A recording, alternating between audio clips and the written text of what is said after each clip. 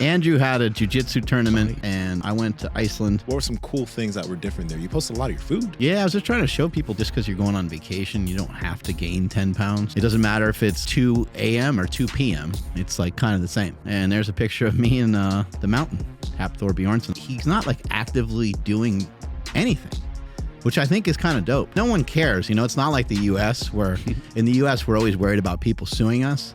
There, they don't give a fuck. You know, they're like, hey, just try to keep up. You were talking about an airport thing. In traveling, just people are so fat and people are so sick. It's completely unbelievable. I think the times where we can get away with not lifting, I think they're over. We don't understand how sick we really are. I just saw that everywhere. I think physical education, as David Weck has said, it is the education. And I think in this country, it needs to move to the fucking front of the line. So I think it's more important than math. I think it's more important than spelling and reading and everything else, because if you don't have your health, what do you got? When I got up, I seen stars everywhere. Yeah. I was like, holy shit. Wins and losses, like, of course, wins will be cool, but my goal is just to be better at jiu-jitsu. I really think in your sport, who kind of gives a fuck if you win or lose? Hopefully you're continuing to make progress, and eventually, if you are legitimately making progress, there's no possible way that you could always lose, right? Got a lot of work to do today. I'm slammed. Yep, slammed right in the butthole. Here we go. Are we rolling? You want to pull up the video? Oh, yeah. Let's pull it up. Everybody needs this release right here. You know how big we are on myofascial release. And hey, sometimes it's important to get to that pelvic floor whatever way you can. This is the craziest shit I've ever seen. Dude, I think Andrew sent it, right? Yes. So Andrew sent it, and I'm watching it kind of casual, and I'm like, it's not possible that they're going to like show that much in this clip. Like, he's just going to talk about it. And talk about where, you know, and how you would do it on your own. But I was blown away. I was flabbergasted. That guy was blown away too. Oh yeah. Yeah. You gotta start from the beginning. Just all the way over? Yeah, you gotta start from the beginning with the sound. Okay. Oh, this is great. Our peeps over at Human Garage, they got great information, but this one, I don't know. Works is that basically we're a tube within a tube, we're pressurized. So this is all pressurized. So this tissue here on my lips, epithelial tissue, is actually the exact same tissue as the one on my butthole. And the tube goes all the way down the esophagus, through the stomach, all the way through the intestines, large intestine, all the way to the rectum, and it's the same tube. So if we are, this guy's all into it. It actually should work its way all the way back up to the neck. Now this is a special device. A special device. Get the tissue, so we actually have to go right in here. It's called a dildo. So what we're going to do is we're going to turn it counterclockwise. It looks like he's using his thumb. And why counterclockwise? It just seems like it's coconut the best oil direction because of the way it is. So we're going to hold it and you're going to breathe through it, Rock. Oh yeah, just breathe right through it. Really comfortable. Really comfortable. Really comfortable. Even the front of my thighs. This is actually going to unloosen the hip to change a tailbone. Often the practice would be a rectal insertion. Or to do pelvic floor. For women, it would be vaginal insertion. But this one here, I'm on the outside, really, and I'm just torquing it. This feels so good. That's great. Guy just not in a sexual way. The guy just came all over the fucking pad. Oh my God. Oh, Gary. I was in disbelief when I saw that. What I'm wondering is, why didn't he show us when he was here? Like, what's wrong with us? I mean, I know we don't have long hair, but...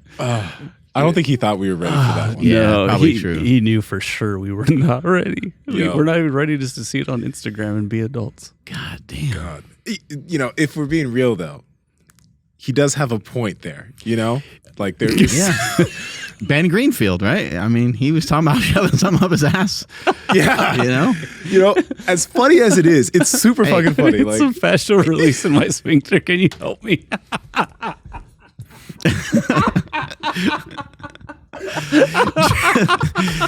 Jill Miller had us sitting on those balls too, right? Yeah, she had us put one right there to help for release. Kind of open up the cheeks a little bit. So comfortable.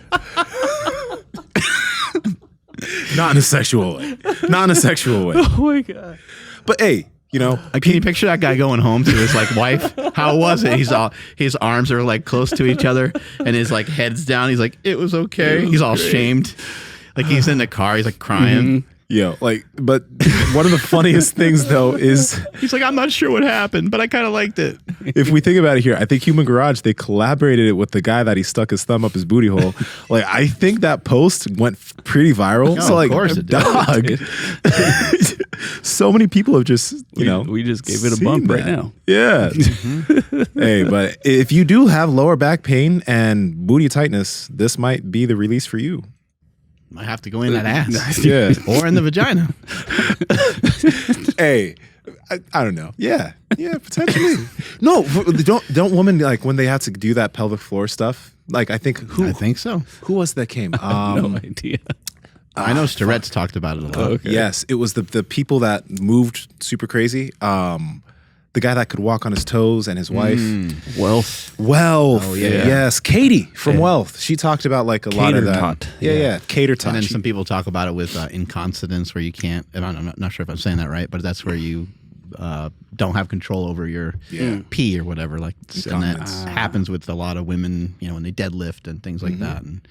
Or women that have had babies and so forth. So yeah, maybe you got to do some unconventional shit. Pelvic floor control is a real thing. Yeah, to get your stuff back together. Anyway, Andrew had a Jiu Jitsu tournament, and I went to Iceland with my wife, celebrating our 23rd wedding anniversary. I think it was 23. It'll be our 23rd wedding anniversary, August 26th. So we celebrated a little early. We were actually trying to go like 2 years ago, but then all that stuff happened with the masks and all that stuff. I don't know if you guys remember that situation. Oh, that one thing. That's right. Yeah, that one thing that happened. Would that have been year 21 or 20? Like, were you guys planning on trying to do a 20-year wedding anniversary? Yeah, I think it was 21? going to be 20, yeah. Okay. Because I was like, 23, what an interesting celebratory year. Yeah, right? Yeah. So, it just kind of worked out that way. There we are. We're at there's a picture of us at the Blue Lagoon, and Iceland is super interesting. I didn't know anything about it beforehand. Dude, what was weird about Iceland? What were some cool things that were different there? You posted a lot of your food. Yeah. Lots of food. Yeah, I was just trying to show people too, like, you don't have, just because you're going on vacation, you don't have to gain 10 pounds. That would be really easy to do, especially if you're visiting a place like New Orleans. I don't know. Have you guys ever been to New Orleans before? I haven't been anywhere. When I was young. New Orleans is a great place to gain weight. So if you're going to New Orleans, with the exception of that place, then you don't have to gain a lot of weight. But I was just packing in the protein. And in Iceland, they're not really known for like their food necessarily, but they do have a lot of meat. They have a lot of stuff that's smoked. They have a lot of stuff that's fermented. They had smoked salmon. Fermented herring, which I've never had before, and I really like that a lot. It comes with onions. Yeah. So that shit was delicious. Though. And the cod liver oil. Why do they do the cod liver oil thing? Well, because they end up with an uneven amount of sunlight and an uneven amount of darkness. Oh. So we were there during the sunlight, and it's light all day and all night. It's it doesn't matter if it's 2 a.m. or 2 p.m. It's like kind of the same. Wow. It's just bright out the whole day. And then as it gets to be more like winter time for them, it ends up being just dark the entire time, which that would be, having it be dark the entire time, that would be tough. And Iceland, interestingly enough, is not really that cold, depending on, I guess, what you think cold is. But it gets to be around 30 degrees, which can be kind of cold. But what they're known for is it's actually really windy. So it being 30 degrees and then having 10, 15, 20, 30 mile an hour winds, then it's going to be rough. But yeah, you can see like I got the countryside kind of in the background, and the only really thing that kind of grows there is moss. You'll see like that kind of green shit in the background there that grows kind of through some of the lava rocks. But it's an interesting country. I enjoyed it a lot. And probably the highlight of it, I guess there's two main things. One is the lagoons. Those are really cool. I'll explain that in a second. And then also we got to go inside a glacier. And there's a picture of me in the mountain. Hap Thor Bjornsson. I went to his gym. He's just like, he's so nice. And he's like just a sweet guy. Yeah. And he's like this giant polar bear that can just, rip your arms off. He's just kind of like hanging out, and his dad was there, and his dad's actually like same height, if not taller. Damn. And his I think father-in-law was there too. And they're just walking around like holding boards and hammers and shit. And I'm like, what are those guys doing? And he's like, oh, he's extending my gym. He's like, we're knocking down a wall and they're building out the other side of it. And I'm like, Damn. yeah, of course, you guys are doing real man shit around here. Yeah. How's he doing with that injury? Is he? He's doing great. It was actually really cool to hear him. There we are inside the glacier. Whoa. I'll explain some of that in a second too. But he's doing really well. And when I kind of asked him like what he's doing or what he's up to, he's not like actively doing anything, which I think is kind of dope. Because I was like, I kind of feel the same way. Like I'm working on stuff, and there's always stuff in the works. So I'm not saying that he's not doing anything, but he has potential movie roles. He has potential things kind of cooking in the background. But he just came off that pec tear, and he's just kind of chilling. And he's just enjoying time with his family. He's enjoying some time at his gym. And I thought like to myself, like that's a great place to be in, because I've known Hapthor for probably almost 10 years now. And he's always been on the chase. You know, he's always been like on the hunt. He's been hunting down being the best in the world.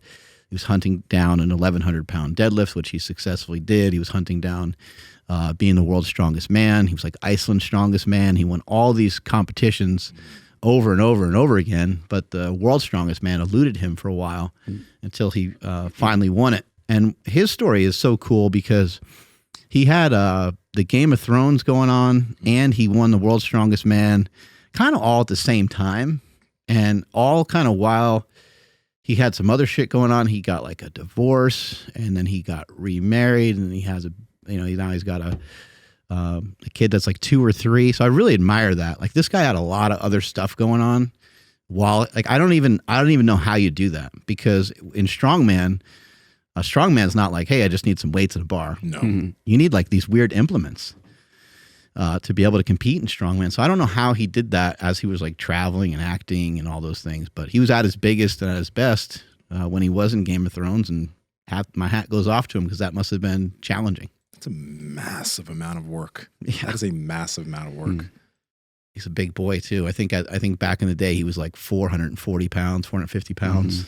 Yeah. Strongmen, it's kind of funny that when Brian Shaw, I think, was at like the Arnold Sports Festival, like giving out those awards to the bodybuilders, the funniest pictures, because like, you know, these guys are big bodybuilders. And then Brian Shaw just comes up. I think he patted the back of a 212 bodybuilder's head while he was giving them an award. And it just looked like he was giving something to his child. He patted him on the back of the head, like, good job. I'm sure after they did that, they're like, let's never do that again.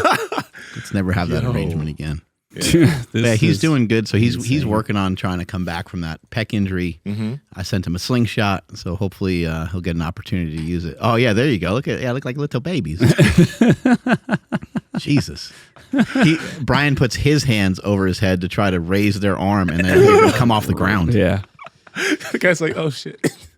Dude, that looks like when I was trying to get my son to start walking. You know, because if I extend too much, he'll just fall over. Yeah. Yeah. Strongman's something different. But all right, how about what's going on here? This glacier or whatever this is?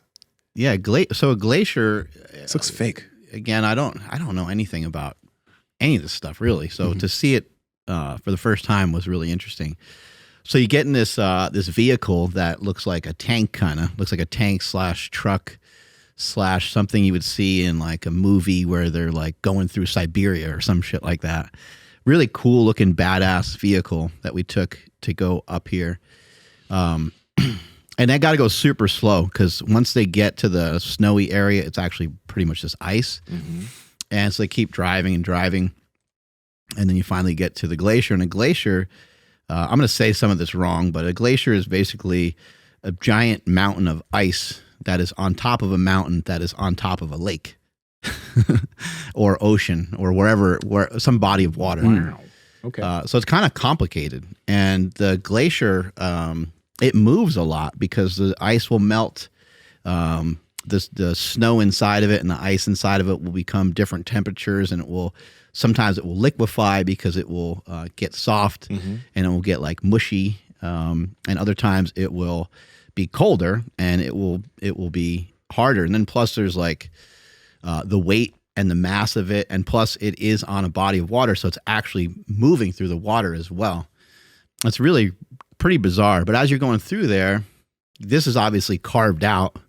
A lot of this stuff a lot of it is done with machines, but they also do it by hand as well because they're trying not to, they don't want to mess up the glacier. They don't want to have some sort of, catastrophic thing happen, have something crack or whatever. So they use machines and they do a lot of this by hand. They dig out like maybe like a 1 or 2 mile tunnel. And it was just amazing being in there. It was actually the only time that we were there that we were cold because it was like 60 degrees there. But being inside this big block of ice just feels like you're in a giant freezer. It was actually really challenging to walk through here. So they give you, what was kind of cool was like, I was kind of worried about like the footwear. So I didn't know exactly what to wear footwear wise, but they give you basically like a boot to put over top of whatever shoe that you have. And then they give you these metal spikes to put on. But even with the metal spikes and even with the boots and everything, it was crazy to try to walk in there. Like you got to kind of walk around like a little penguin the whole time, little tiny steps because luckily no one fell. I was there's some older people on the tour as well. And so I was trying to watch out for some people because I'm like, man, if somebody get hurt, if they're gonna, and no one cares. It's not like the U.S. where in the U.S. we're always worried about people suing us.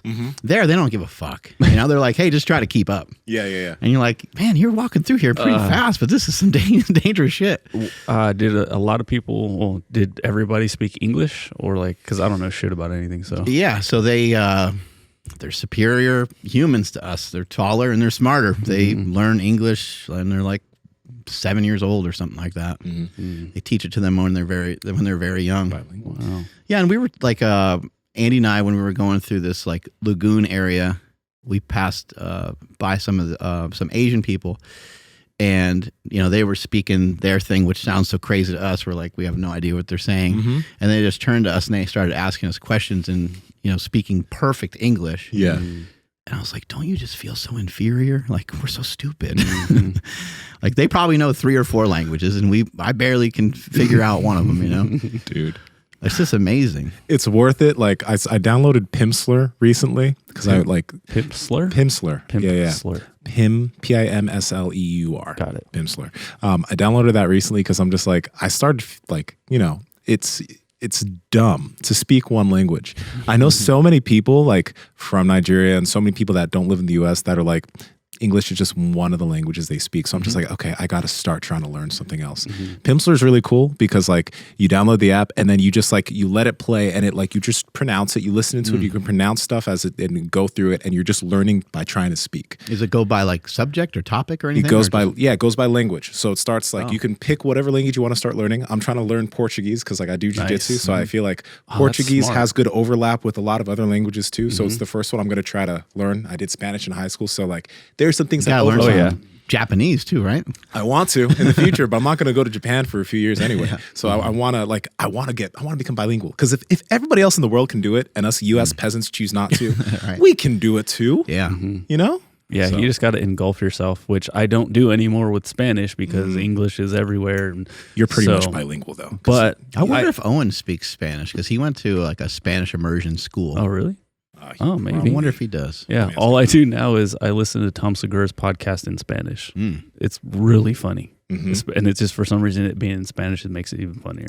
So pretty much we're the ones that are not bilingual. You could pretty much I'm like speak. A halfy, because I can understand pretty much everything in Spanish, but I just I can't. I just can't get off the blocks. When it comes to speaking it, I start getting choked up and I can't do it. Do you like short circuit every once in a while? Imagine it'd be like, like your brain would be like in a knot. No, absolutely. That's a perfect example because like I'll be saying something and I'll be like, the thing. How do you say? Yeah. ¿Cómo se dice? ¿Cómo se llama? Is it ¿cómo se llama? That'd be like, what's it called? But it would be ¿cómo se dice? There we go. Like, how do you say it? It's probably good for the brain too, dude. Like, it has to be. Learning how to communicate in another way. It's got to be good for your brain longevity and shit. There's so many languages. There's so many. Pick the one you're most interested in. How many is there? Like 5? Yeah, there's English, there's Spanglish. You know what's fun? Is C-3PO. He knows like I don't know, like a couple thousand languages. And then there's like 2 scenes in Star Wars where he doesn't know what they're speaking. It's like, what the fuck good are you? That's like your whole point. You're supposed to be a translator, and you failed miserably. What a piece of shit robot that is. But he doesn't even speak. It just makes like sounds, right? No, it's R2D2. Oh, my bad. R2D2 is the old one. Okay. Yeah, R2D2 just makes the beep, boop, boop, boop, boop. I was like, well, that guy sucks. Okay, that's what it. I'm saying. He's shitty. Yeah. But yeah, for all you guys, Pimsleur's a pretty good one. Duolingo's cool, but Pimsleur's cool because you could like do it like an audiobook. You could just play it in your car and just do that each day. So have some fun with it. I could dig it. What else, dude? Did you notice anything about the people in Iceland? Like, I don't know, like the people walking around. It's so hard to tell because I don't know who's from where, you know? Like the towns are really small. It's a country of 300,000 people, which is about the size of Sacramento. And it's a huge, you know, if you look at it on the map, it's freaking massive. So they got 300,000 people there. So it's not a lot. And the villages or the towns, they're just not that big either.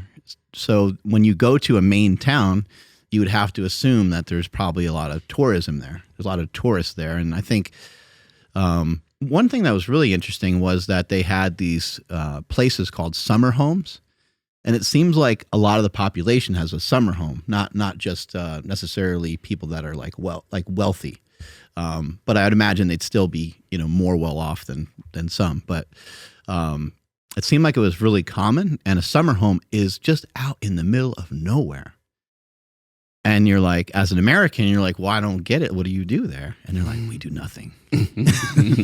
And they absolutely love it. They love that they have an opportunity to not do nothing. There's ain't nothing to do other than just like chill, like read a book, just sit there and they relax. A lot of them put their phones away. They are very like, at least my understanding, my short time there, so forgive me if I'm saying some of this stuff wrong. Very communal, very family oriented, and at least from what Hapthor was saying, he's like, we put our phones away, we, you know, spend time with each other, and you know, I'm sure there's probably just like here, there's people that won't put their phone away, but for the most part, it seems like it's that way. It also seems really calm. So if you're like a young person and you want to go like party and have a good time, like this is too laid back probably for you. Yeah. This is too chill. Yeah. They don't really kind of care that much about like when they start their work. They just, you know, when's the work start? 10. Yeah, around 10. Well, it's not like the sun's gonna go down, so it doesn't matter. They just they're a little casual with a lot of stuff, at least from what I kind of observed. Yeah. And obviously, if there's certain places that kind of need to be more punctual with when they open up some of the businesses and stuff, but it seemed like people are casual. It seemed like they really respect their sleep. You know, sleep is like it's a big deal, and it's actually kind of it's difficult to figure out how to sleep when the sun's out 24/7. So I mean, they got like blackout curtains and all that, but it's still kind of weird. Can I ask you a question real quick? When it came to the fermented foods you were eating, did you get fuller faster eating those foods? Did you notice anything when it came to that, or no? So fermented foods are amazing. One of the things that's amazing about it is they really don't yield much calories at all.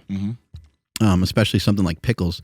Some jars of pickles, it will actually say 0 calories, which it's obviously not 0 calories, but it just doesn't measure all that much. So you can fill up on stuff like that. Like that's kind of an advantage. And then also I think, you know, we hear all this stuff about vegetables and how they're tougher to digest and stuff, but a fermented vegetable is going to be much easier to digest. So I think it's a good way to get nutrients in. It's a good way to take up some volume without, and they also taste good. Yeah. Some of it, you know, might take some people a little bit getting used to, but I really liked it a lot. How about the pickled, and I also meant, how about the pickled and cured meats? Did you notice anything with your appetite when it came to those? Because it's very salty.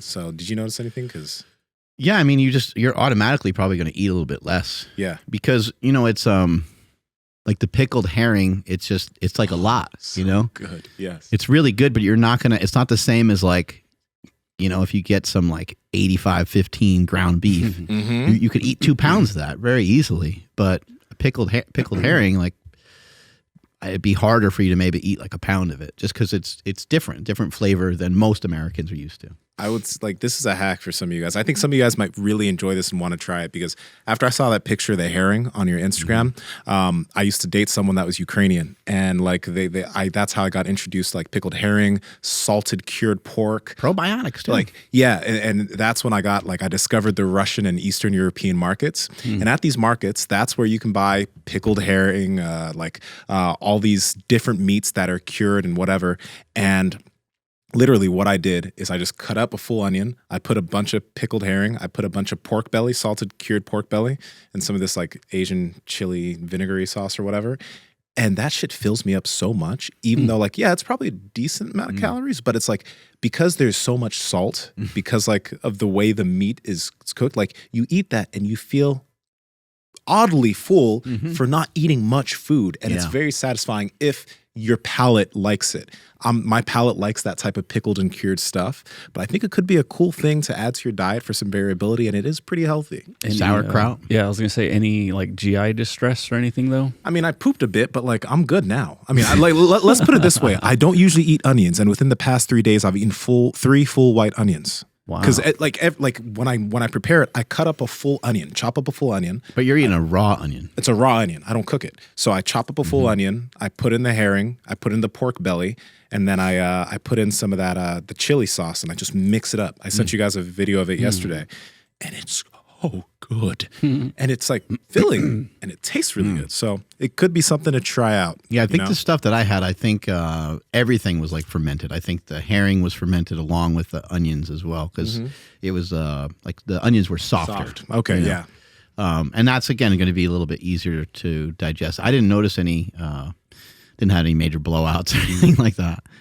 But yeah, it was a lot of fun, and I love to travel, and it's always fun to travel with my wife. I'll send you a picture, Andrew, of us. We were. I was explaining earlier that there's, Iceland is just a giant volcano, basically, and there's these natural hot springs, and there's areas where it's boiling. The water's boiling, and there's geysers. Just like occasionally the fucking water it'll just like make these like weird noises, and it will like bubble up. Just like your stomach sometimes does. It'll like bubble up, and then all of a sudden, like just water will just shoot, 20, 30 feet in the air.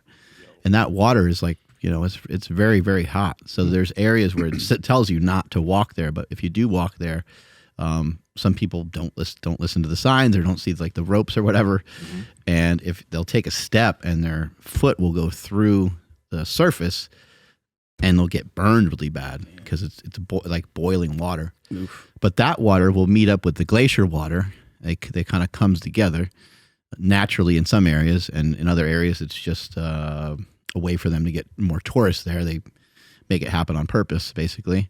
But the cold water and the hot water coming together makes for like a lagoon, makes for something that you can kind of bathe in, basically. And when all that's going on and all those minerals are coming together, it also produces this like kind of white foamy type stuff, which is silica, which is in a lot of healthcare products, a lot of skincare products rather. And so people used to think like this is like the fountain of youth. You go in here and get regenerated, and you do feel amazing when you come out of there. Yeah. And there's definitely something to it, because like if it gets on your hair gets like fried in some weird, crazy way. Like your hair is like tingly, and it's just like, it's just like sticking up. It's like almost feels like static or something, like electric, like your hair got electrocuted or something. Yeah, I won't know that. Yeah, it's a little, it's a little bit weird, but it was super, super relaxing and super calming, and it was a lot of fun. I just feel like it would be so weird to just rely on nature's thermostat for those hot springs. What do you mean? Well, because like he said, like it's boiling water mixing with glacier water, and we're just going to be like, yeah, it's going to continue with the exact same temperature. Like the boiling water's not just going to like one day like, whoop, we're going to quadruple the amount, and all of a sudden now everyone's cooked. That's why you dip your toe in first. Like, you're like, okay, is this good? Well, the lagoon, like some of them are huge too. Like, so they're massive, and they are like, they're controlled. Like they have like, pumps that, get some of the water to move around and stuff like that. But Yeah, it was incredible. So you've gotten your labs done, whether it's 6 months ago or a year ago, and you want to know where things are at, but you don't want to get a full panel again. That's why I've partnered with Merrick Health, owned by Derek, for More Plates, More Dates, and we have something called the Checkup Panel. This is an affordable panel with 55 different labs that'll allow you to see all those different biomarkers, and you can get this channel every month or every 2 months, whatever frequency you like, but it'll give you all the specific labs that you want to know so that you can make sure that you're moving in the right direction for your specific hormones. Andrew, how can they get their hands on it? Yes, that's over at marek.health.com/power project. That's MAREK health.com/power project. There you guys will see our checkup panel. Load that into your cart, and at checkout, enter promo code PowerProject10 to save 10% off of that panel. Again, marek.health.com/power project. Links in the description as well as the podcast show notes. You mentioned, I don't know if you want to mention it. You were talking about an airport thing a little bit. Mm-hmm. I'm just curious what exactly happened. If you want to mention that. Yeah. You know what? Just in traveling, just people are so fat and people are so sick. It's completely not laugh. That's fine. It's completely unbelievable. Yeah. I mean, I understand. I mean, we hear the stats, we hear the information, but we, we're in like our own little pocket here. Yeah. And because we're in like fitness and you guys are into jiu-jitsu, it's like, what's our feed on Instagram? It's girls with big asses and jiu-jitsu and muscular men. Yeah. Did I say girls with big asses? I didn't mean that. Yeah. It seeps in every now and then. Yeah, I'm not sure how. Y'all in whiteface? What's going on here? That's the silica stuff that you put on. So. Oh wow, dude, you look like you have kind of like an afro. At least in this picture, your hair looks kind of nappy for some reason. Because it got wet. I was like, well, what's going to do to your hair? I'm like, let's try it. Oh, man. Yeah, it makes it crazy. All right, there we go. Less afro-y. But yeah, we had an awesome time. But yeah, people are just, people aren't just, people don't just have excessive body fat. We're living in a time where people need to figure out a way to like manufacture some type of exercise that gives them some sort of resistance of some sort. So it's you're either like walking hills or you're doing some sprints or you're using an assault bike or you're lifting. Like I think the times where we can get away with not lifting, I think they're over. They're completely gone in the United States for most people. Because most people aren't carrying around like sheetrock. They're not like building shit. People aren't really looking for those jobs anymore. So maybe some people out there that do have manual labor jobs and they use their body physically. Those people can just get away with some simple changes in their diet and maybe going on a walk here and there. But from what I saw, it's kind of heartbreaking in a way because you're like, I'm not sure. I don't believe that there's anything we can do for some of these people. I think they're kind of gone. I think their time is sort of past. Now, anyone can pick up a habit and anyone can improve. And all of us here are evidence of that. Like we've all switched and done different things and, gone different ways with fitness and jiu-jitsu and running and things like that. But these people are just they're very stuck. And I think that in our society today, where there's the pharmaceutical companies stepping in, and there's the government, and there's just like a lot of conflicting information on like what's I think some people sometimes think that lifting, in some ways, or trying to lift heavy is like unhealthy. Trying to get lean is unhealthy. Like, oh, you don't look good. Like your face is getting skinny. Like that's not good, And I think that we don't understand how sick we really are. And I just saw that everywhere. And then once you see it, it's hard to unsee it. Yeah.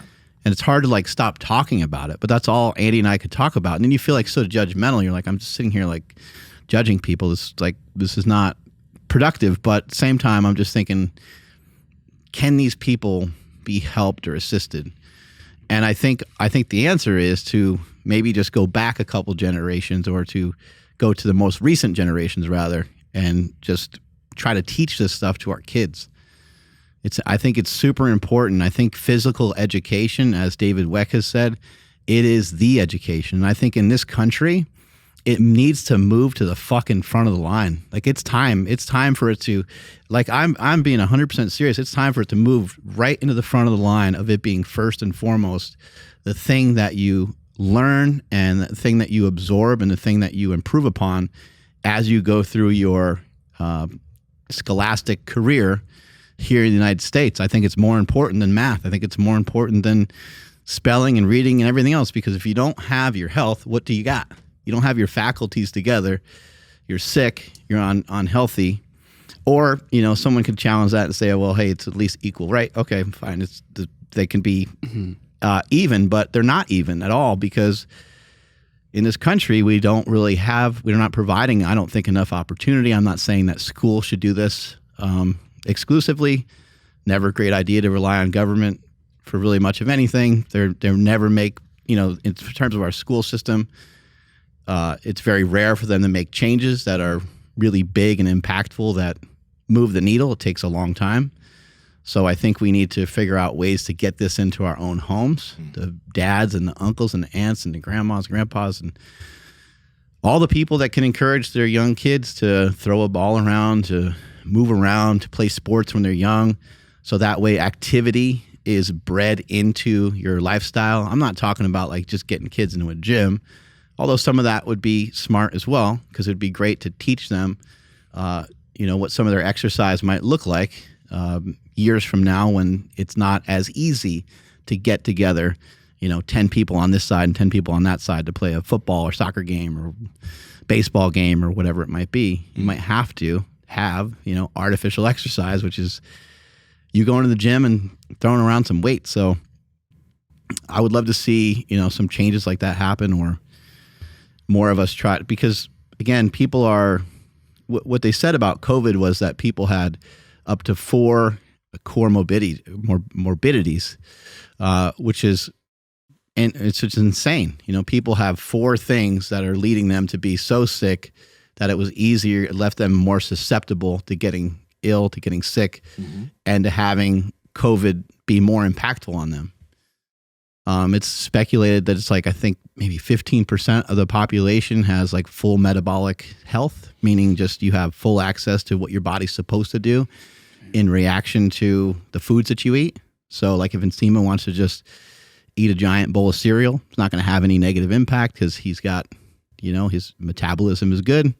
It's going to handle it in a particular way. But some of these people that we saw, you know, and I think it's unfair too that we give, again, I don't think it's healthy to like sit there and judge people, but I think certain age groups get a pass, and I don't think they should. I don't think just because you're 65 that you get a pass that you're not fat.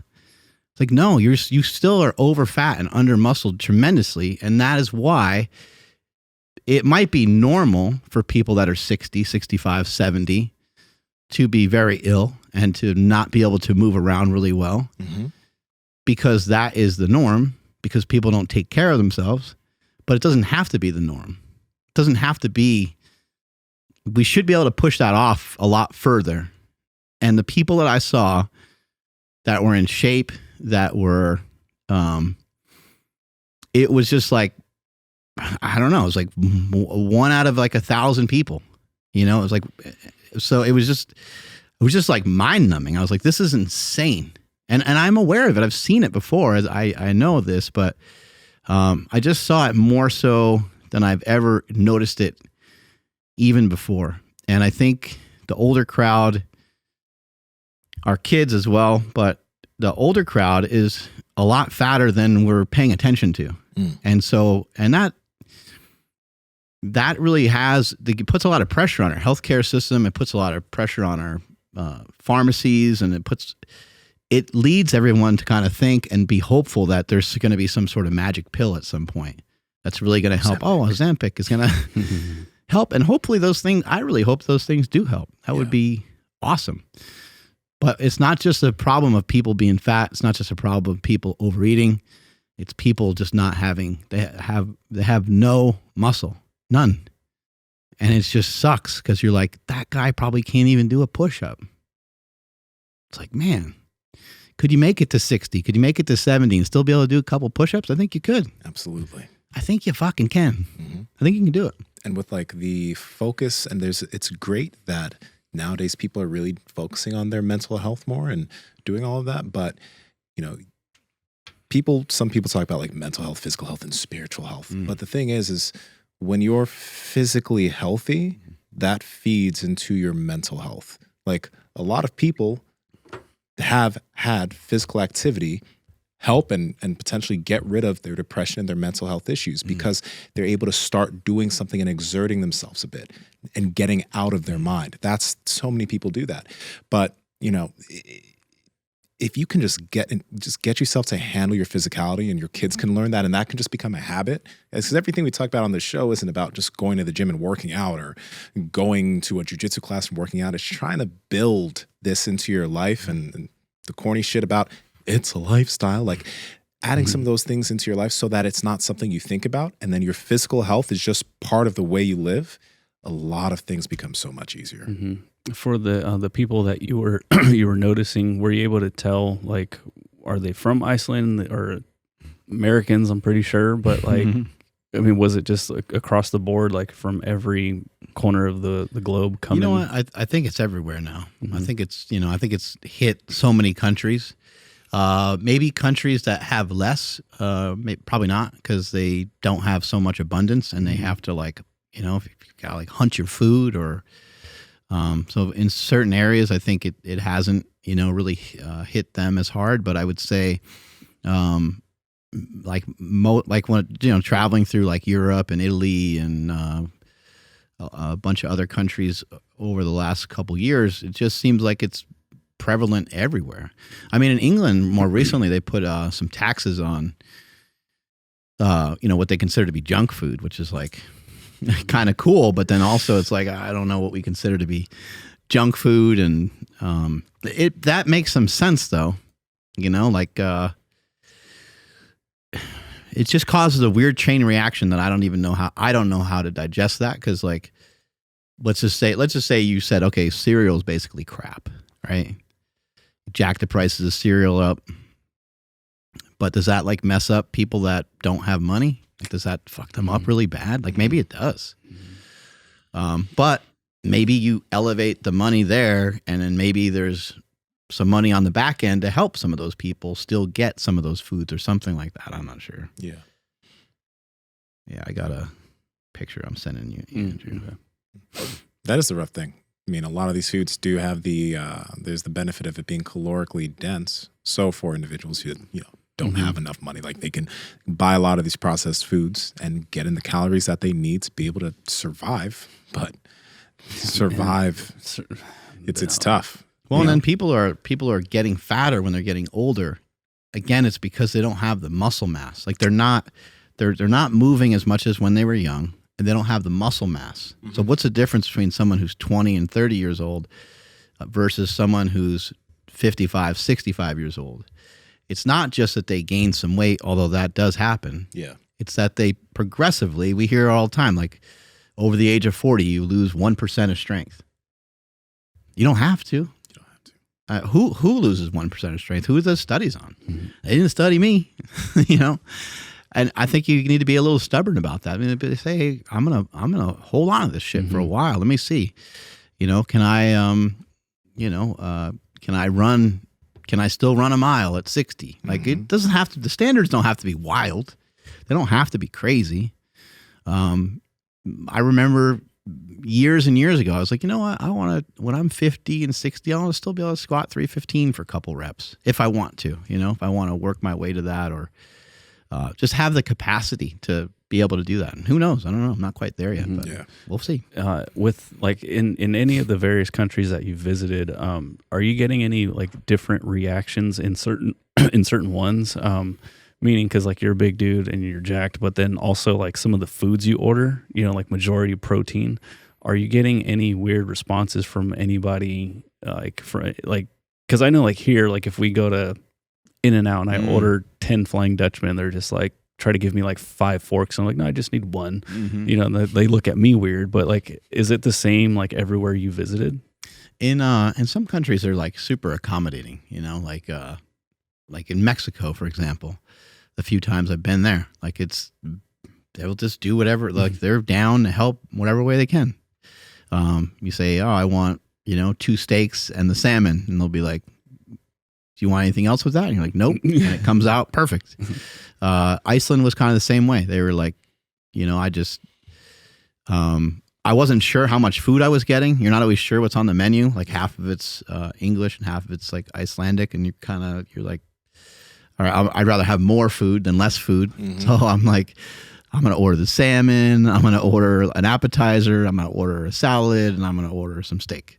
And then hopefully that's enough, But that's kind of the way it worked out. And that's kind of the stuff I'm trying to show people, that your diet can be pretty easy. You just have to know, kind of how much food you just kind of, you do have to kind of learn the ropes of how to order food. This is, I think Joan, right? We've had her on the podcast before.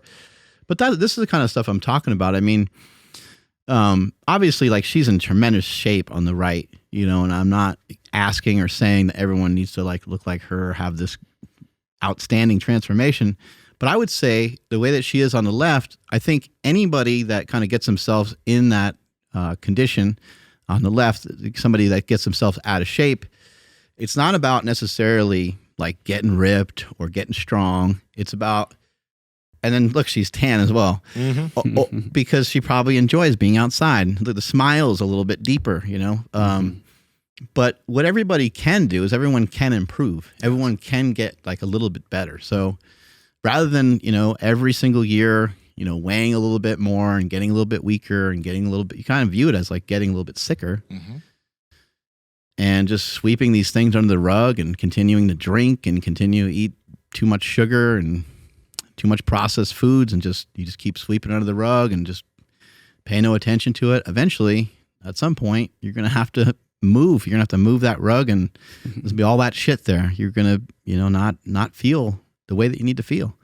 And it's not a wonder that people will say all the time that they're not motivated. They're not motivated or excited. Well, if you don't feel good, of course you're not motivated or excited. So I think you need to try to get a hold of it.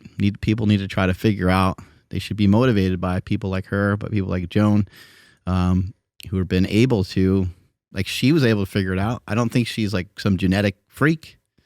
She went through her own hard times. A lot of other people have. A lot of people have transformed. Like, people should be able to figure it out. Yeah. Power Project family, if you're trying to increase your muscle mass, if you're trying to lose body fat, if you're trying to stick to your nutrition plan, if you're trying to get fit, pretty much if there's anything you're trying to do for your health, we know that sleep is the biggest determining factor to help you get from point A to point B. That's why we've been sleeping on 8 Sleep mattresses for probably more than 2 years now. And the main reason is the technology behind the Pod Pro. Now, the Pod Pro is like the Tesla of beds. It will change its temperature based off of how you're sleeping during the night. And if you have a partner that's sleeping on the other side, they could have their own temperature settings. We all sleep hot here, and I used to wake up in a puddle of my own sweat. Gross. That doesn't happen anymore because of the 8 Sleep mattress, and I've been getting the best sleep of my life. Now, if you don't want to replace your mattress, you can just get the Pod Pro cover, and you can put that over your current mattress to get all the benefits of 8 Sleep. But if you also need to replace your old nasty mattress, you can get the Pod Pro cover and the 8 Sleep mattress. Andrew, how can they get it? Yes, you guys got to head over to 8sleep.com/powerproject, and you guys will automatically receive $150 off of your order. Again, 8sleep.com/powerproject. Links to them down in the description, as well as the podcast show notes. But even in like like places like Italy that have incredible food, I think I remember you saying like there wasn't still like a problem like there is here. Why? They walk a lot more. Oh, okay, so that's, and like when I was in Venice, there's no cars in Venice. I think I saw on the last day, it kind of sucked because I didn't see any cars at all. And on the last day, I got a glimpse of like a truck. It was like delivering something to a store or something. And I was like, man, I wish I didn't see that, because the whole time I didn't see a car. But they walk and bike everywhere. They say the same thing about France. Some people think it has to do with the food and the food quality, but I disagree. I think that when people go to these countries, they end up doing what a lot of Europeans do, and that's walk. And so while you might feel like you're just enjoying these foods all day, I think people tend to wake up a little bit later, so the breakfast maybe isn't as heavy. They eat later in the day. They maybe do enjoy some of the foods from whatever country they're in. But again, they got a lot of walking. Probably like, I mean, people that people that aren't in good shape, they probably kind of get their ass kicked when they go on vacation, because you might walk like 4, 5, 6 miles, and for a lot of people, they're not used to that. It's also not perceived as exercise. It's literally just part of what you do. Again, it's just something that you do each day to get from point A to point B. You're walking everywhere. There's a lot here. Sedentary lifestyles. You can get everything door dashed. You can drive everywhere. You're sitting a lot. You're not moving much. And then, but like, I have read that their laws for what can be in the food are a lot stricter in other countries than they are here. But after what you just said, that does make sense that people just move more, and then when Americans go visit, it's like they're kind of forced to kind of live that same lifestyle too. Yeah, because some people will swear like, "Oh, I went there and I think they have better ingredients and stuff." I don't know. Like, I think we do some stuff here really, really well, and I think food is one of them. But I don't think all our food is like toxic by any means. I don't think when you eat healthy here, I don't think that's going to potentially make you fatter than the food from somewhere else. I think I don't know. I think that people are just prideful and they're patriotic towards their country. So they're gonna be like, Australia, you can't even mess with the meat in Australia. It's like, hey, well, I don't know. Does Australia have Piedmontese beef? Because that's pretty good. I have had the meat in Australia before, and it is really good. I've had the lamb in Iceland and enjoyed great dishes in a lot of places. But to tell you the kind of the truth, like spaghetti and meatballs is spaghetti and meatballs. I know some people are going to flame me for it. Like, not my mama's cooking or homemade spaghetti or whatever. I get it. I get it. When someone does something homemade, can't really fuck with that. That's on the next level. But when you travel somewhere like Italy, where they're trying to, serve portions to who are they going to make the most money off of? Americans. So they're going to kind of Americanize everything a little bit. So you're not even really getting those. A lot of times you're not even getting like the real authentic taste unless you really know where to go. I know there's a lot of pride in being an American, but maybe we need to concede on the food side of things and try to be a little bit European. Maybe that's where they win, right? Because like I was portions and stuff. Yeah, portions and like just how much you eat, because everything is bigger. People would get so upset though. Well, I mean, they won't have they won't be obese. Get upset. And, like it makes a difference, right? Your portion size is trying to move a little bit more. That's where a lot of places are ahead. But everywhere where we've managed to dip our toes and like add McDonald's, they all like, I don't know if you've seen like a lot of over in Mexico, like with all the McDonald's and stuff that's going on there now, a lot of people are starting to have a lot of the issues that Americans have, right? Once we inject ourselves there. So maybe we should be a little bit less American when it comes to our food. Yeah. America is so interesting. Like if you go into like, I went into a Safeway like a couple months back because I was like, this other store that I was in, it didn't have like a good variety of like drinks, and we were having some people over, just like soft drinks, like sodas and shit like that. I could not believe it. It was two full aisles of drinks, and there were so many different like nitro iced coffee things. Yeah. I just couldn't even believe it. And then I turn around and I'm looking, like there's all this different tea. There's tea without sugar. There's tea with sucralose. There's plain tea. There's black tea. There's green tea. Like it just goes on and on and on. And there's fermented drinks, and there's kombucha, and there's Pepsi and Coke and Sprite. And it just goes on and on and on. You will not see that normally in other countries, like at least some of the places I've been. They'll have variety. They'll have a little bit of stuff. Yeah. It'd be like they got like 2-3 things, a little combination of things.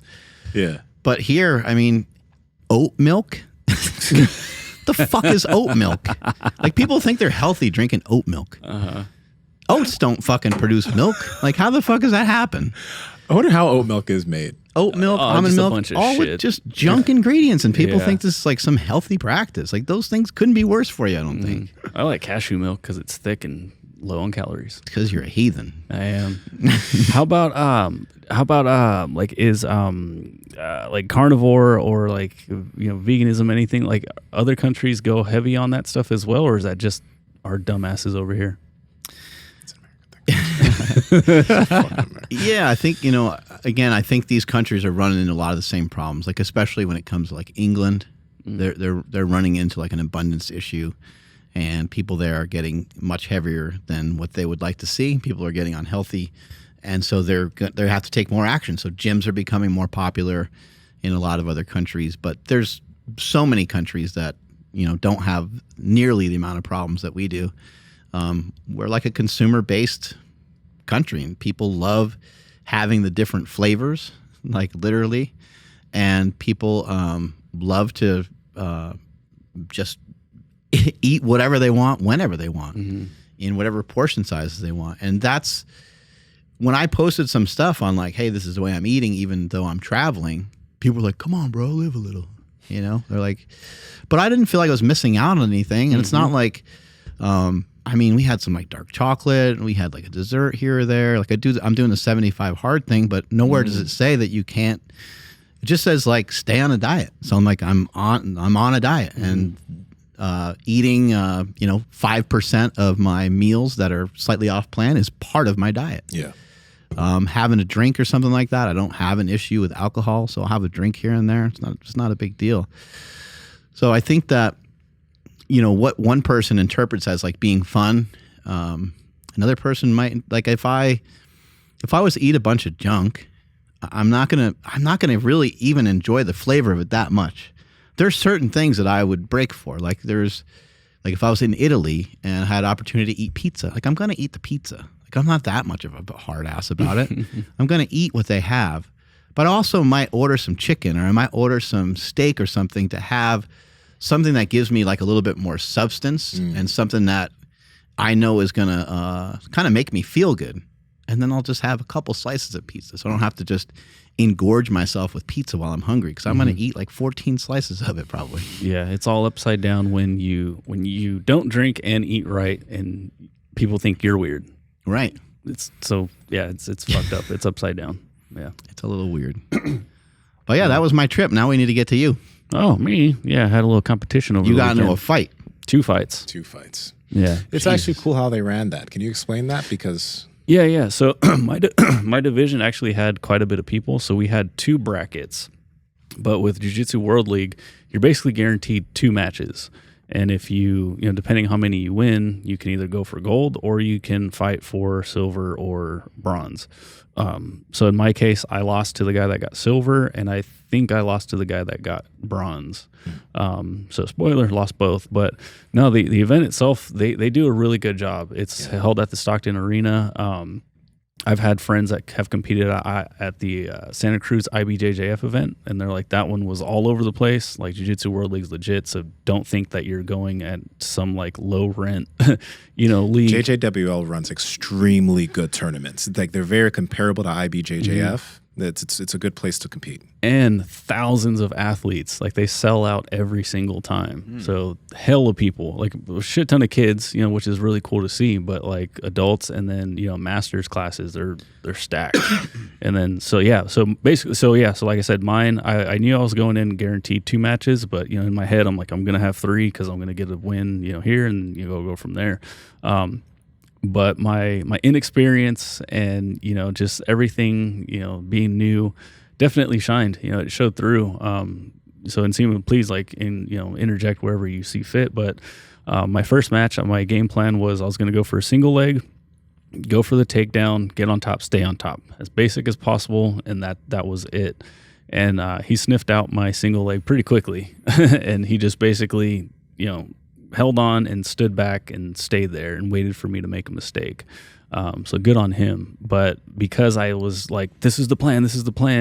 And, it's so easy when you see, fighters have their game plan and it's not working. Like, dude, don't you have a plan B?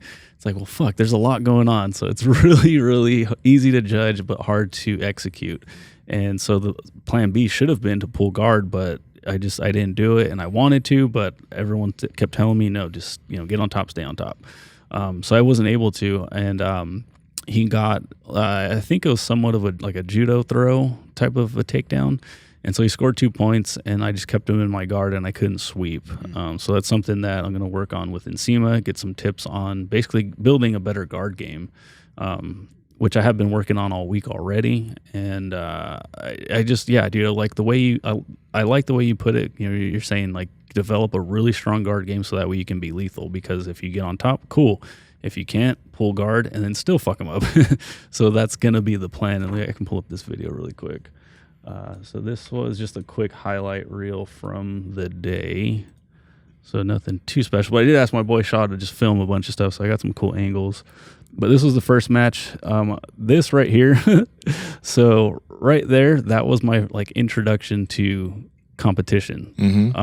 It was that first exchange. It was that first, I felt it. My vision got jarred. It was like, it literally shook. Like I could see the black bars of the cinema screen, right? They were doing this and I'm like, whoa, where the fuck am I? When I got up, I seen stars everywhere.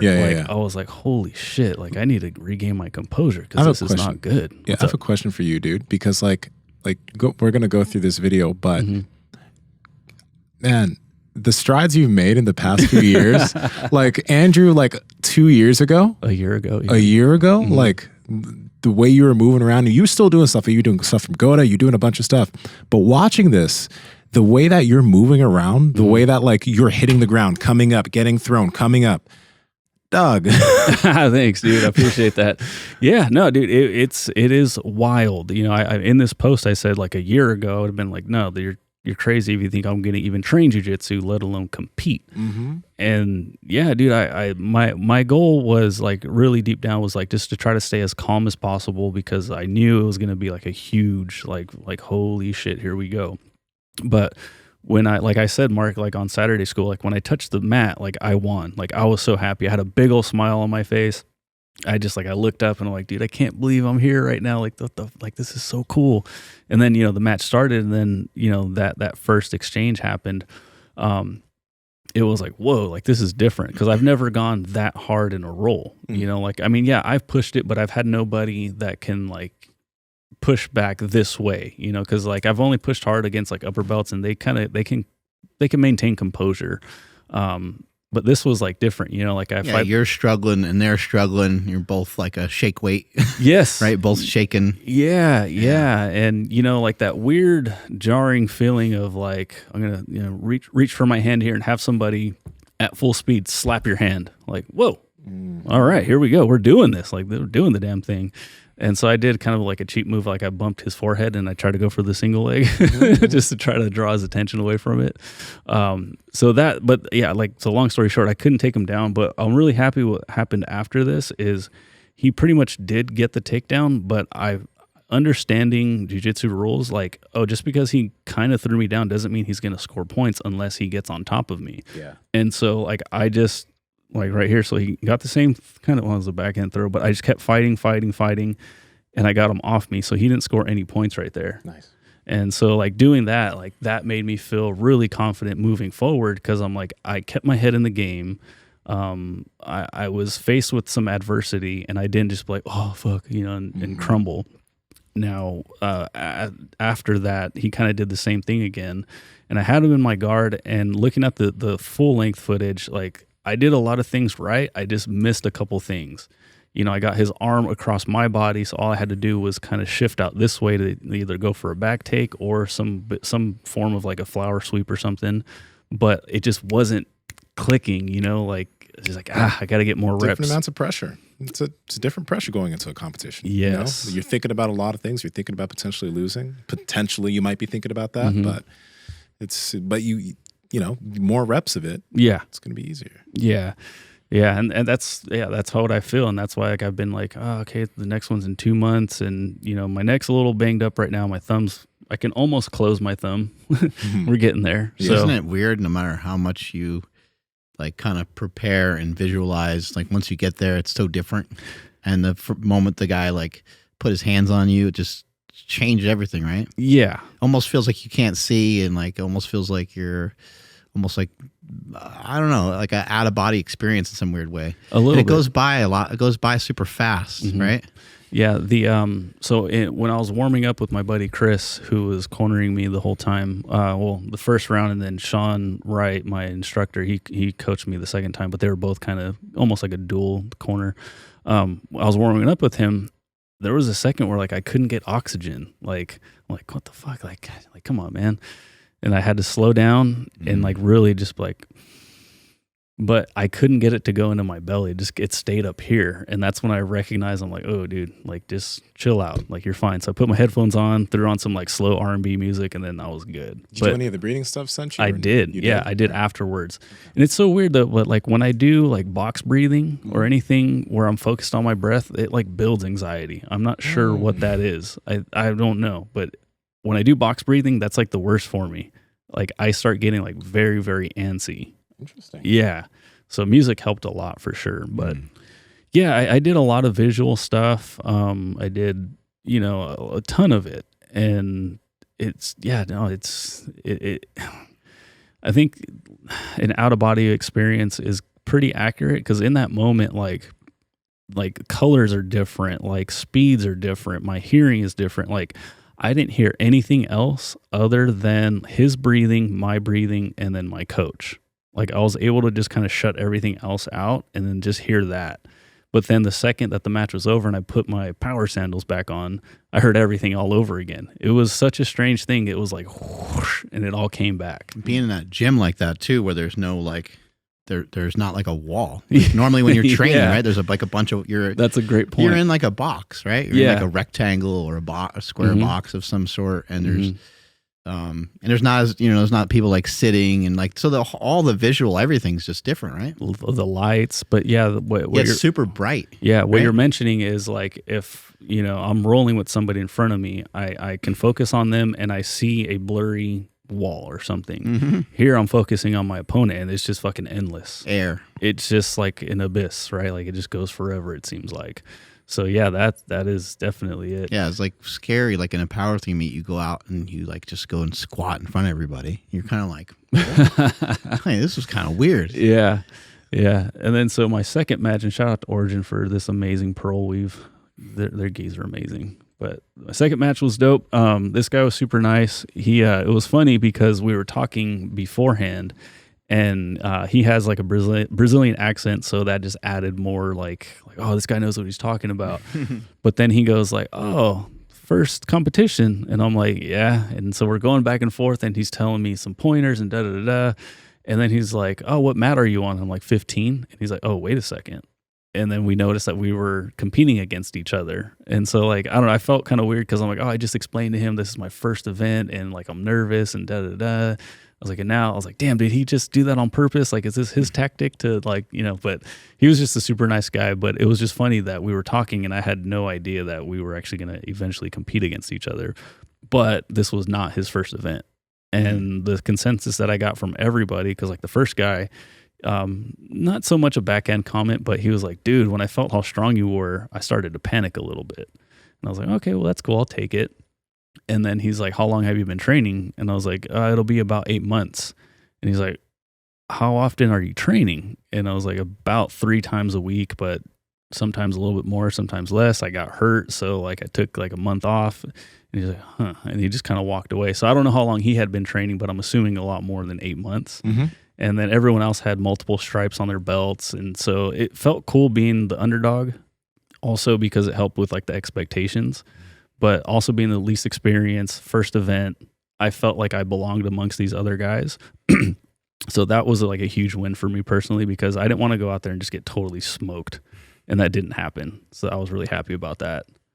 And then so the takedown worked on this guy. I was able to take him down and got right into my headquarters position, which I really enjoyed. Restart the video again. Like it's just I want like the little movements that you do there. Yeah. Again, it's like it's shocking that like you're super nimble. Oh, dang! This was all the same video. Okay, yeah, so we'll have to get back to that part. It doesn't take long. Yeah. But yeah, again, just happy I didn't get any points scored on me right there. That's my boy Chris. Right here, where you get thrown and then you just like. Yeah, because I got thrown off balance, but then I was like, yeah, right back into it. Go to right there. Yeah, dude. I did a lot of Gota stuff right before all of the like my warm ups and stuff. That's what I was doing, and there's Sean Wright coaching me up. And so this situation right here, I had never been in a deep half, so it was tough because I'm getting instruction on something I didn't even know was happening. It's sort of like, I think it's a multiplication problem and they're giving me subtraction. I was like, that's not making sense, because I didn't even recognize that he had his arm cupped around my leg right there. So I couldn't figure out how to get out of this situation. Yeah. And so it was kind of frustrating, but again, the experience will come. Looks to me like you got him in a situation. Yeah, well, for the most part I do, because I'm on top. So I'm up 2-0 right here. And if I just stayed there for another 30 seconds, I would have got a W. Yeah. He managed to sweep in the last, 25 seconds? Yeah. And I actually show that here because another thing that I was really happy about is that I didn't let him get to mount. You know, again, this was another... Look at that strength, son. Wham. Happy about that because he almost got over on me, but I didn't let him go. Sean kept telling me to grab my collar just to lock his arm in. But right here, so he did get on top of me, but I didn't let him get points for the mount. So he only got the 2 points for the sweep. He didn't get points for the mount. Unfortunately, I ended up grabbing his pant leg, and I think that's why I got a penalty, and that's why he ended up winning. But either way, I was just super stoked with how this match ended because I did eventually get him back in my guard. Yeah. So you signed up for a competition in about 2 more months, right? It's like exactly 2 months. What got you like that? That's a good thing you did, but why'd you choose to sign up so soon? I haven't signed up yet. Okay. But I'm probably gonna do it. The biggest reason that I want to sign up is because, well, one, this sped up my progress big time. But 2, I don't want the next event to be a super nerve-wracking thing the way this one was. I want it to be just like, I'm going to train on Monday, right?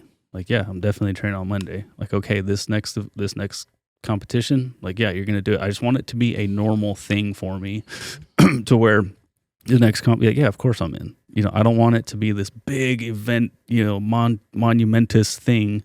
I just want to be able to be a competitive jiu-jitsu athlete, and I want to get better at it. And wins and losses, like, of course, wins will be cool, but just my goal is just to be better at jiu-jitsu. And from what I noticed is that a competition really, really sped up my progress. And 2 things, too, is like, I had told my buddy, because he was like, hey, like, don't leave it off the table. Like, I know you're just coming off of that first comp, but like, just start thinking about the next one in 2 months. And I was like, dude, I kind of want to enjoy summer. And when I said that, I was like, what the fuck what is that all about? Because I'm thinking, why wouldn't you be able to enjoy summer? Because I'm like, well, I'll be thinking about the competition, so I might be a little bit more nervous just whenever it comes up. Like, I won't be able to just chill out. I'll have to make sure I maintain weight, which again is like, well, shit, why do I want to get out of shape? You know, when I weighed in at 179 with the gi on, so I was a little bit underweight. Yeah. But like, I looked fantastic with my shirt off. Like, I was looking really good. And like, why do I want to let go of that? Why would I say no to that? It's like, okay, well, that's not the answer. You know, like, I should do this because it makes me better and it makes me feel better.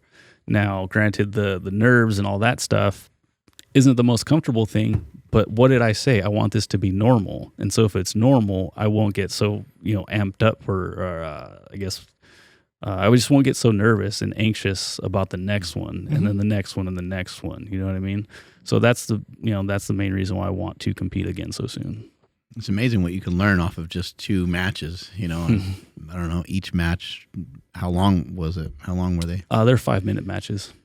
Yeah, so 10 minutes of work, basically. Yeah. You know, lot leading up to it and everything, too. But it's amazing what you can get out of that, what you can extract out of that. And then I think, you know, for people that are kind of on the bubble in terms of competition for anything, I really encourage people to sign up. That's the way I used to end all of my powerlifting seminars. I used to tell people all the time, maybe this isn't something you gravitate towards. Maybe you don't love powerlifting. You know, maybe you're so new to it that you're embarrassed by the numbers or whatever it might be, but go sign up for something. You know, go sign up for a 5K. Go sign up for a powerlifting meet, a weightlifting competition, a CrossFit thing, whatever. Because once you sign up for it, you're now, you know, you're putting your ass on the line. And you have to be accountable for that. And you're accountable to like training partners. And it just helps put a whole system in place. Now, I'd also say that you shouldn't necessarily need that. you know, and you didn't need that in the beginning. You were just going to get better, you know, but now it turns into something slightly different. And I think once you compete a couple times, you get some of those nerves out of your system, and you get your first win. It's like a win's going to feel great, but like a win is interesting because, you know, if you can, like, let's just say someone does jiu-jitsu for a year, and they do like 10 matches, and they lose all of them. Like it kind of matters that you lost, but it also kind of matters who you lost to. And what matters even more is, did you actually improve? Like, you know, that's the hard thing I think about the sport that you guys are in. I think there's some sports where, you know, with like running or swimming, you know, it's you against like the clock. That's what it should be. It should be you against the clock. When you lift weights, when you power lift, weightlifting, those sports, it should be you against the weight. And then eventually it's kind of you against some of the other people. If you go on a state level, national level, international level, it's you against some other people. But you guys are one-on-one against someone that you're pretty much fighting. And it makes it a little harder to try to interpret the wins and losses, I think. And so you come out with a loss, but I don't think it means anything. I think everyone loses, right? But it's probably hard to, because who typically says that? Like someone that loses all the time. Like, it's not whether you win or lose. It's kind of how you play the game, and it's if you improve. But I really think in your sport, it's got to be a hard thing to keep perspective on. Who kind of gives a fuck if you win or lose? Hopefully you're continuing to make progress. And eventually, if you are legitimately making progress, it's just there's no possible way that you could always lose, right? Yeah. Power Project family, we talk about eating meat all the time on this podcast. Pause. But sometimes you might want to eat some different meat. Pause. You might want to eat duck, chicken, Japanese A5 Wagyu. You might want to change things up. That's why we've partnered with Good Life Proteins, which also has certified Piedmontese beef on their website. Now, all you have to do is head to goodlifeproteins.com, and you can select Build a Box with all of the proteins that you want. Then you'll select Subscribe and Save to save money on all of your meat. Pause. Enter code POWERPROJECT to save an extra 5% on any subscription you select. So if you want to get your beef every 2 weeks, you'll be able to save 25% on all of your meat. Again, that's goodlifeproteins.com. Links are in the description along with the podcast show notes. Yeah, I'm just, my concern right now is like whether 2 months is enough time for me to, I don't know, bring something different to the table, but then also like, does that even matter? Is the difference going to be like, oh, I got one under my belt, and so now I'm going to be a little bit more calm the way I was on the second match? Because the first match I was pretty tense. You know, my buddy Chris was like, Andrew, you're too tense. Calm down. And so I did, and then went a little bit better. The second match I was very calm, and that one went way better. So now I'm like, okay, is that enough? And then if not, like, okay, what else can I do? But then also on top of that, like, what else is everyone else doing right now? You know, like, and I know you're not supposed to compare yourself, but like what you just said, like, it's hard to gauge how good you are. Like, you know, for this first one, I wanted to, obviously I was trying to win, but I wanted to make sure that I belonged there, you know, and I definitely did. With this next one, I don't really even have like a goal in mind. So that's also part of the reason why I'm hesitating to sign up right now, because I don't know what I would be going for other than what I said earlier, which is the progress and trying to normalize this very, very difficult thing that not that many people do. It would be nice to just like walk in there and have confidence and not like almost shit myself and be able to breathe right before the match. Competing is a skill in and of itself, because like, there's a challenge in being able to be relaxed in training. And when you're a white belt, like, first off, being able to be relaxed in training is tough because you don't have many answers for a lot of things. It takes you a while until you have some tools that you can lean on to be able to kind of, you know, roll, but not everything's forced. But now when you're competing and you know that this person's really trying to beat you, they're not just training with you. Like, they're going to go for submissions really hard, and they won't, you know, even if they know they have it, some people aren't going to be nice. They might pull an armbar really hard. They might do certain things, like when that guy did an Nsima lock on my foot, he was going for the break. If I didn't tap, I would have a broken ankle. These are things that can cause a little bit of anxiety because your opponent's not trying to be nice. This is different, but you still need to kind of learn how to keep a level head. And by competing more, you'll get better at learning how to keep that level head in those types of pressure situations. But for you, man, like if you want to do it to build the skill of competing, do it. But like, I mean, if you know what you want to improve upon, and you got to think like, when the next competition you do you want to have those tools as like they're now cemented into your game and then you compete? Or are you going to kind of like just do the next one with maybe the same tools? And that's not a bad thing necessarily, because you building the skill of competing, but it's like, okay, do I want to compete again with the new tools, or am I going to go to what I was doing the last competition maybe a little bit better? That's a dilemma for yourself. But yeah, no, I would definitely want to build upon what I already have right now, but I now know that it's like not a finish line, right? It's just another thing, another step, another chapter, whatever you want to call it. Because I'll never feel like, oh yeah, my collar sleeve guard game is like really, really good now. It's like, no, I'm always going to be like, fuck, that one guy got right past me. Like, like it's never going to feel that way. So that's definitely not it. Maybe fine tuning what I already have now, but because I lost twice, like I think I need something else to mix in along with that, because it was very obvious that I couldn't get a takedown, and then that was kind of it, And then the second match was just, I think, more experience. But yeah, dude, I definitely need to add a better guard game. Yeah, that's for sure. That's I'm already been working on it, this week since Monday. For any of you guys who are interested in like just like competing in jiu-jitsu competition, go for it. It's like there's a difference with competing. I know exactly what you're talking about. Like when you go train again after a competition, it's like, you never watched Dragon Ball Z, but there are these things called Zenkai boosts. When Saiyans, when they're defeated in battle, they like have this boost in power when they come back. And literally after every single competition, like I feel like I got a little Zenkai boost. Like training is just easier, because like there's a different level that people are coming at you in competition, and when you get better at dealing with that, when you go and train with people, it's not like you're necessarily going harder, but it's like how to handle a level of aggression that people aren't going to give you on the training floor.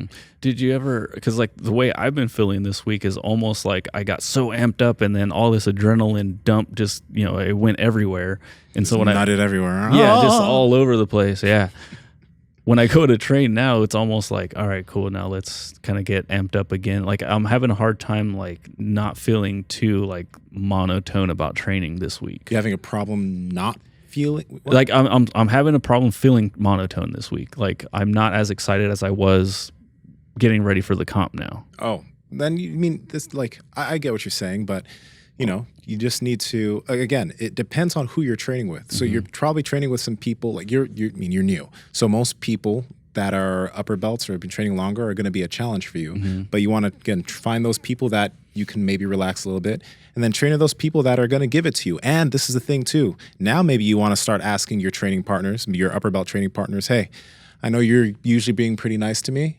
Give it to me. Like ask them to, because most people, again, knowing where you are, they're going to be chill with you. And that's a good thing. And that'll allow you to work more things. But now if you want to see if the things you're doing will actually work, you got to ask some of your training partners, can you up the level of what you're doing right now? Because I want to see if any of this is really going to be much of that effective. And then you're not going to be able to be so chill. Yeah, that makes sense. Yeah, you'll be forced to up your game a little bit. I think it might be important for you too, Andrew, to I think what you'll get from more competitions is the ability to listen to yourself. You'll hear a lot from a lot of different people, but ultimately you'll need to listen to yourself. You'll need to have like gut intuition.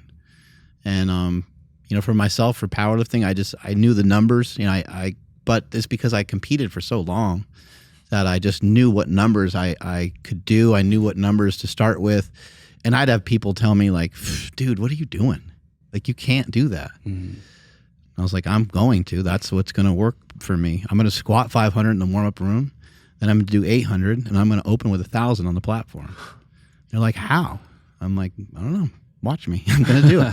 And I did it. And it worked out. Like each time it was like very, the more I did it, the more precise it got. And every once in a while I was like a little bit off. But if I was off because of when you start lifting those bigger weights, then you're like way off, and I could kind of feel it.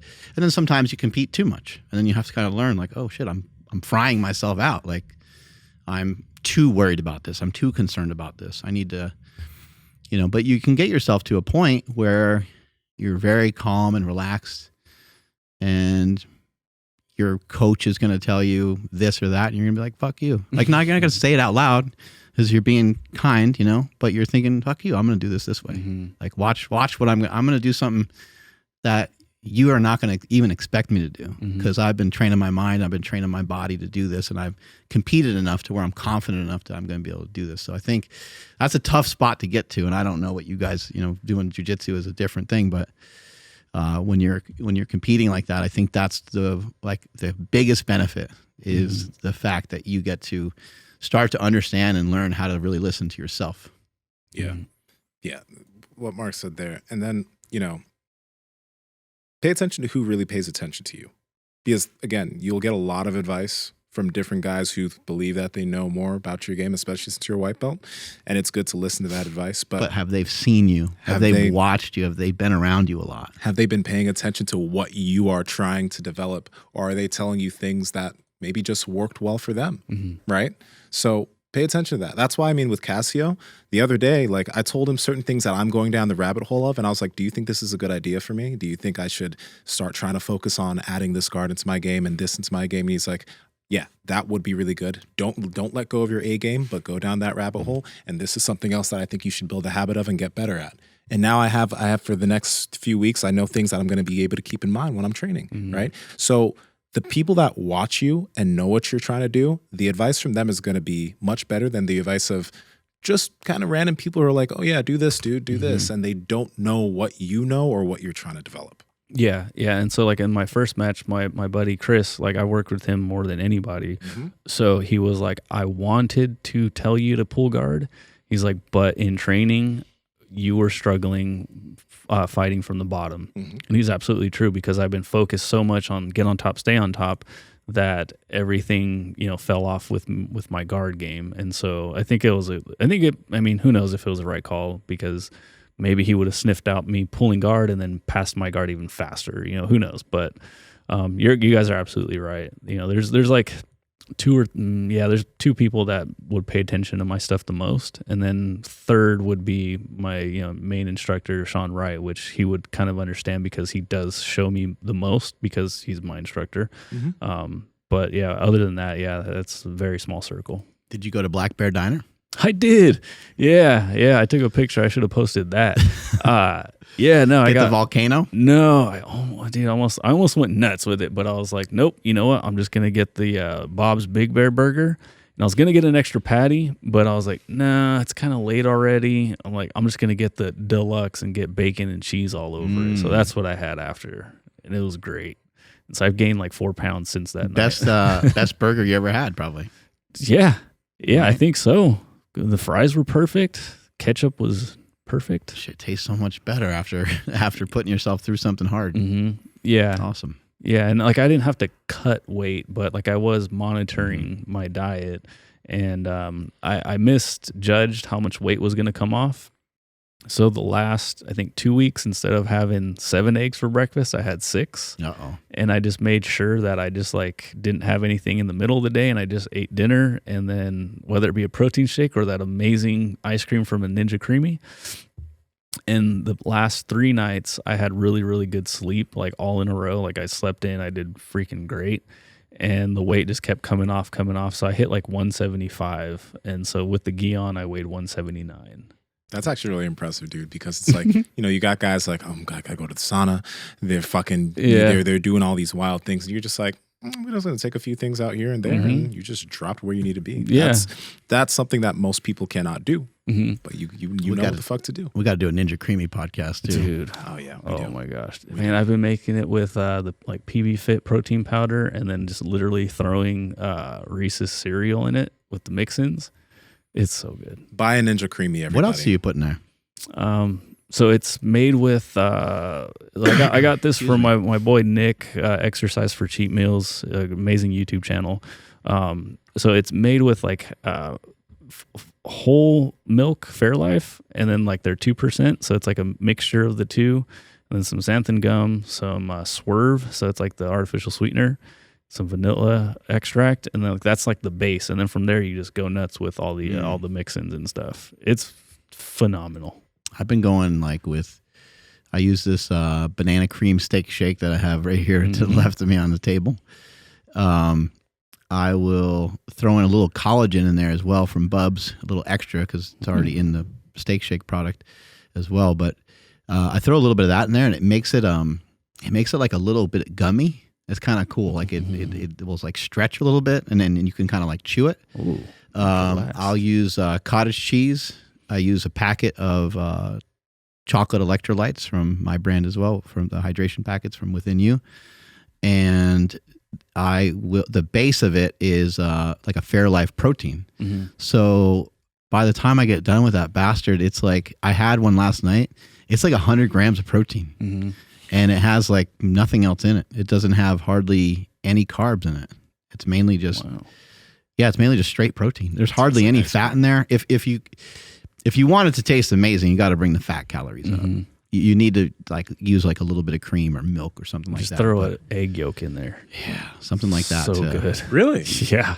Oh yeah. Interesting. Okay. Yeah, it makes it more like a actual like super duper thick ice cream.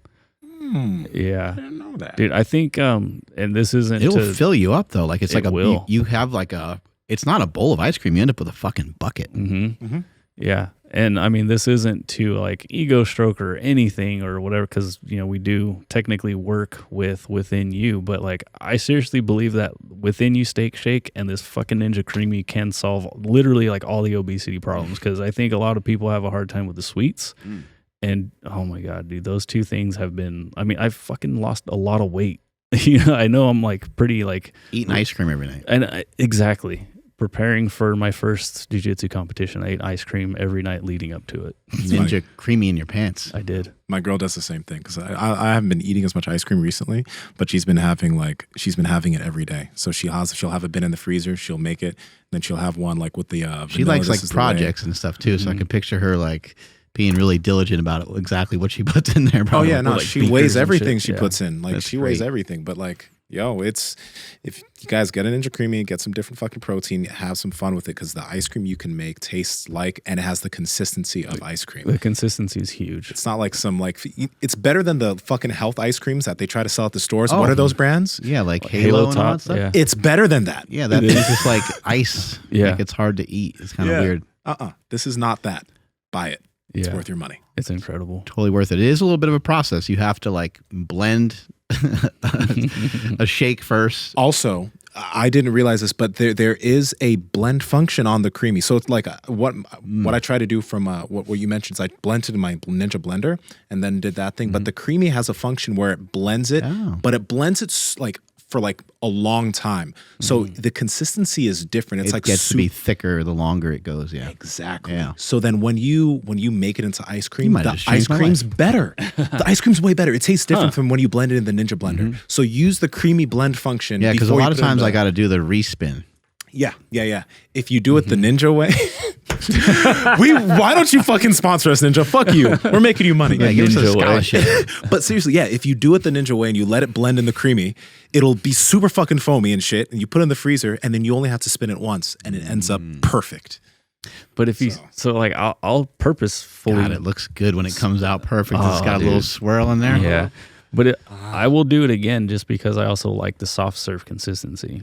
Do you blend it in the Ninja Creamy or do you blend it in the blender? I use a emulsion blender. Okay, so that's the thing. Blender. Oh, how the fuck Oh you yeah, pronounce it? immersion blender. Yeah, Immersion You blender. There you go. You push it down on top. Blend it in the Ninja. It will be different. You could still respin it after, but I guarantee that you probably won't need to spin it again after. Yeah. Okay, I'll give Give it a shot. Yeah, Don't fight, guys. I don't want to. Andrew's like, I'm too tired. Andrew, take us on out of here, buddy. All right. Thank you, everybody, for checking out today's episode.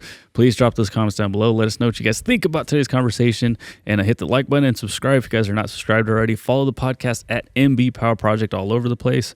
My Instagram is at I am Andrew Z Nsima. Where you at? If you guys plan on signing a competition, let us know. Go sign up. Go do a comp. You'll have fun. At Nsima Inyang on Instagram and YouTube, at Nsima Inyang on TikTok and Twitter. The Discord is below. Mark. At Mark Smelly Bell. Strength is never weakness. Weakness never strength. Catch you guys later. Bye-bye. If you guys enjoyed this episode, check out this episode with the greatest triathlete of all time, Mark Allen. He's won the Ironman triathlon 6 times. There's some gems and nuggets in this episode if you're trying to learn how to run for long distances without fucking killing yourself. He's a pro, and we go deep on this one, so check it out now.